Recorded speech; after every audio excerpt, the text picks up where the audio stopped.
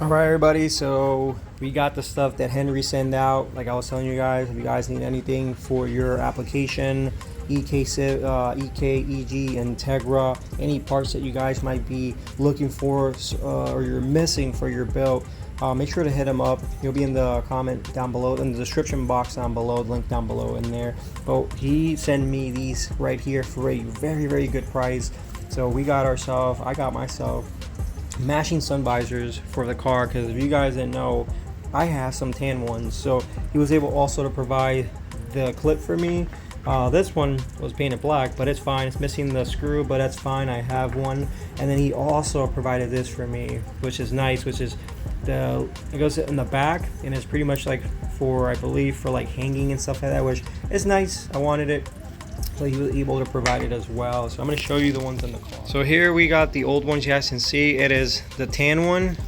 Very minute. I guess when you mash them, when you compare them, you can kind of see the difference. See, but they do get dry rotted a lot. I guess it's maybe the sun or the material, the way they make them. You can kind of tell they get kind of crusty, dry rotted really bad. So I guess it's something that they suffer from, because this one's also the same. I'm guessing somebody 3D printed them or whatever. It'll probably be a stronger, more I guess adherent material to the heat or something, but I'm not seeing anybody. There's probably somebody out there that will probably make them, but there you go, focus. So that's the tan one. And then let's look at the visors real quick. Got the visors here, as you can see, are the tan ones, tan clips, tan. So about to change those out. I was able to change those out to the gray, so it'll be more mashing. Take these out and make it more mashy.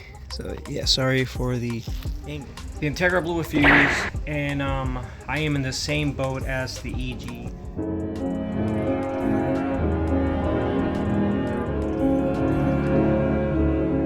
So the next step is going to be to make a relay system. I found somebody that makes them, but not knocking their prices and stuff like that. Everybody has their price, and you know, it is worth it. But I'm probably gonna try to make my own. It's just a single one. He does have a dual one. It's super nice, and that will be so nice. According to what I was reading, that one can run. I guess you can run it with your AC as well. From what he was saying, it shouldn't have no issues, because you're literally tapping into the condenser fan, so that'll be nice. There's like a secondary fan in there. So, but last night I drove the car, you know, still in the testing period, and the car behaved beautifully even though the fuse popped.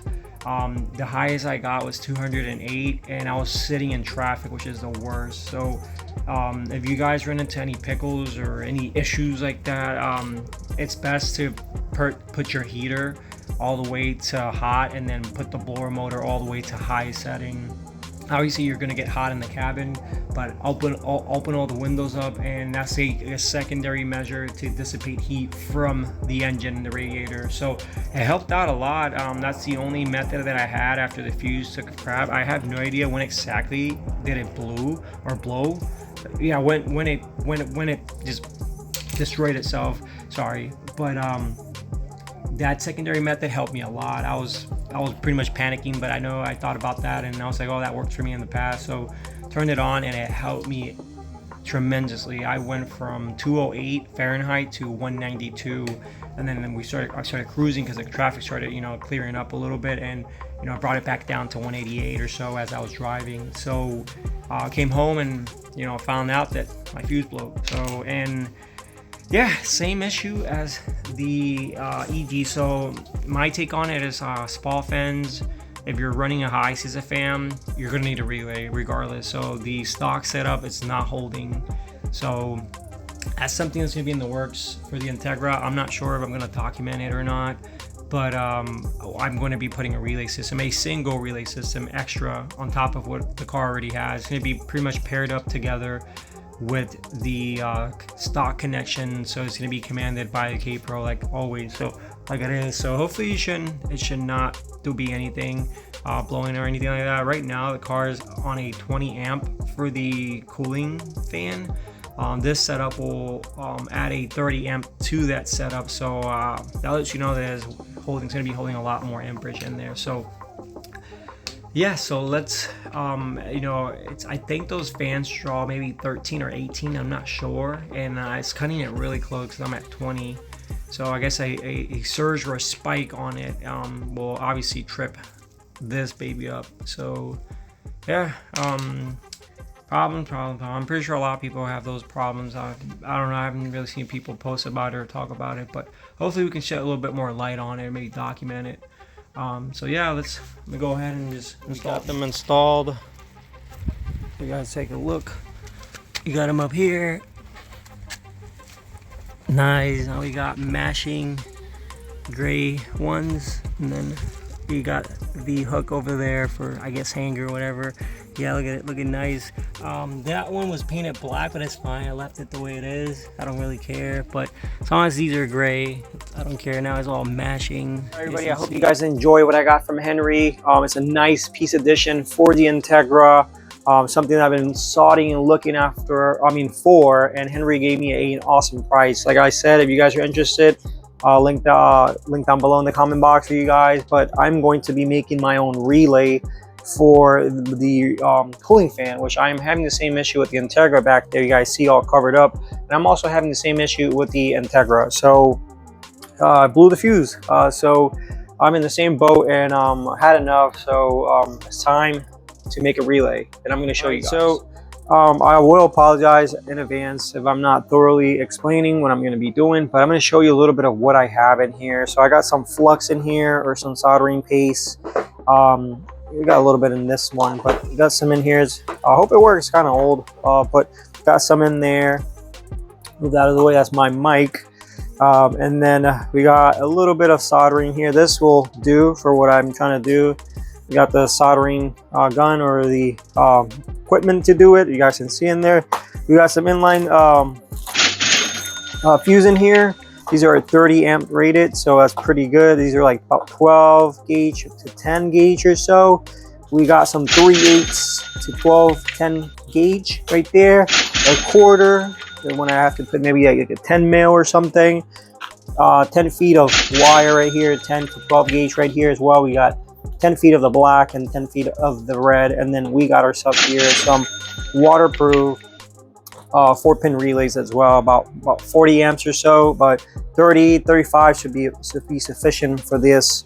So I'm going to be looking where I'm going to be mounting it, so I can route my wirings, make it nice, clean, and out of sight, out of mind, pretty much. So essentially, for the power, I'm going to be, instead of tapping into the battery positive, I'm going to be fishing it from the battery in here. So the cable that runs the charge harness in there, so that way it's all tugged. But tricky part's gonna be finding out where to mount it. So I was thinking somewhere over there, but I'm not sure. I mean, if I have to extend wires, I don't mind. I just wanted to be clean and just, you know, out of sight, out of mind. But we will definitely look for a good mounting place. Most likely I'm looking probably gonna be somewhere around here.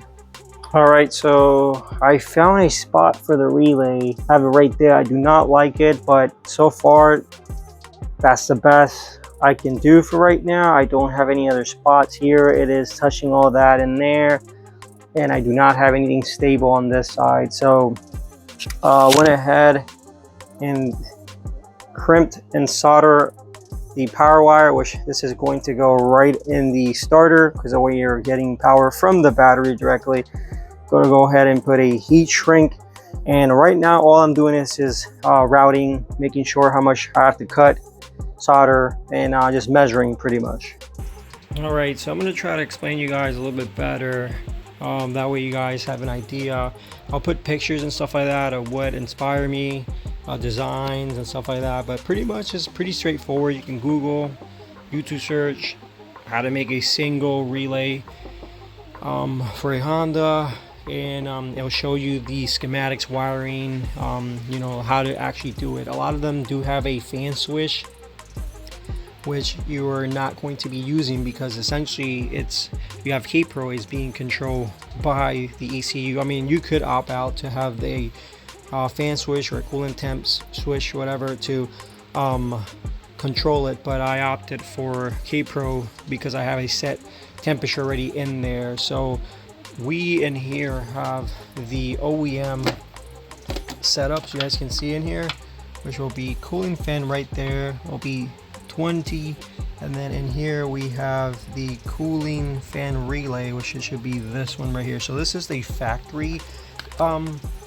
like circuit of it, and it runs all the way to let me show you guys down there, doing this for you guys, to this plug right there. As you guys can see, that is all from the actual chassis.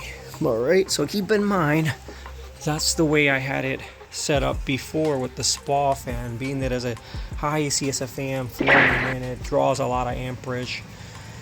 So that was the way that I had it. I apologize if it sounds muffled. I do not have the mic currently on, but I'm going to be explaining this to you guys. So with the old circuit, pretty much ground ECU control when the fan kicked on. So it had ground directly from the ECU, power being supplied once it engaged and closed the circuit. So it was one circuit. The fan, obviously it is drawing too much, or it is going above the set amperage or the circuit, what is recommended for the circuit, which is 20 amps, and it's blowing it. So when it's under normal loads, it's okay driving normally, you know, idling normally, it does it. Now I notice when it kicks on and off quite a lot, thus being in traffic, or if you get a heavy foot and you step on it and you drive fast, you will encounter those fuse pops that happens because of the weak circuit of the fan. So this is where the relay comes into play, which I did, and like I said, I will be putting pictures of what inspired me and kind of like design and what to do, but very simple for a single one. So here we have a 4-pin. This is a 40 amp right there. You guys can go with a 35 or 30, but I opted for this. This is also, as you can see, waterproof, so it's pretty good if, you know, I ever encounter rainy days, humidity. So, you know, I could have probably found a better place to put it, but do not have with this clutter bay, and I wanted to keep it simple, so I have it right there, which is, you know, pretty tucked. And you know, if you're looking at it, you're like, hey, what's that relay for? But other than that, it is really out of sight, out of mind. But explaining to you guys how to set it up. So here we got 4 pins, pin 87. So you guys can see it is this orientation facing. Pin 87 is going to be responsible for the power. So as you guys can see in there, we got a red wire running all the way to the starter, which you can also have it to the battery positive, but I opted to keep it in there because it's concealed out of sight. So that's your power right there with an inline fuse, a 30. So look at the difference between a 20 and a 30. So this is will handle well above that, plus the wiring is thick, 10 to 12 gauge, which it is a lot bigger than what the OEM wiring has, which I'm not sure, but if I had to guess, it's probably somewhere between 22 or something like that. And then what else you're going to be doing is you go look in here, we got pin 86 and 85. So those ones are going to be responsible for the connector that will plug in back down there to run back to the ECU, to your normal stock circuit. And it'll be this one right here, which I ended up doing kind of like an OEM plug and play stock setup, as you guys can see in here. So this is the one from the chassis right here, and this is the one that runs from the relay that I have, which is pretty much an Honda OEM plug. So you guys can see in there, don't mind the coolant stains, those are just pretty much old, just never gotten around to cleaning it. I should, because obviously it'll let me know if I have a new coolant leak. But we do have, you guys can see in here right there, that is this one right here, and I'll talk about that one. So this is my fan, and you guys can see I got a little bit of oil coming out of it because when I was doing my power steering, it leaked all over there, and it's still coming from that heat shrink in there. So because it went in there, so it has like a pool in there, so I might as well just drain it, try to drain as much of it as possible. It's super annoying. But yeah, let's get back at it. So here we have, you guys can see the wiring and it runs all the way to this one. So this is the fan directly, and we'll talk about that one. So now here, like I was telling you, this is from the chassis. This is coming directly from the relay, and those ones to be exactly, so the blue wire is going to be from pin 86. The black wire, which is ground, which is controlled by the ECU, is going to be pin 85. You guys can see in there. So this is what's going to be speaking back to the ECU. And then here we got the fan, which is going to be pin 30. And what I ended up doing was the blue wires, as you can see, it is providing the power directly from the vehicle, well, from the battery. And then for ground purposes, I grounded it separately, so it's no longer being grounded to the ECU to be controlled, because now the fan has its own ground and it's coming directly from here. So you guys can see in here, you gotta clean that residual stuff that keeps coming out of it.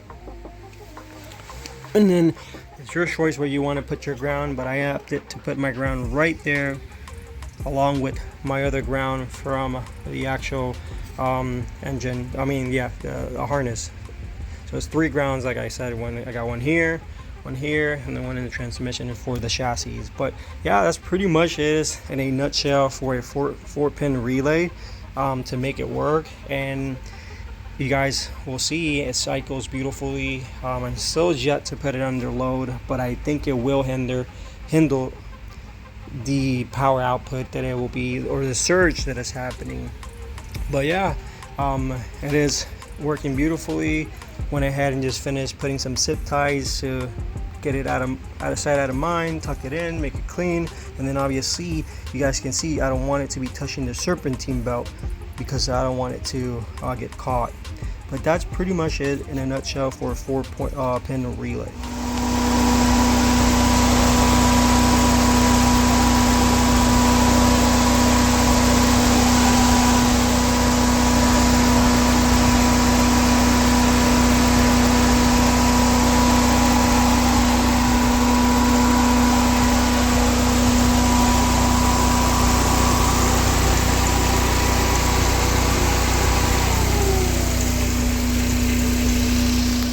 Alright, so I just finished the relay system for the single fan, and everything works beautifully.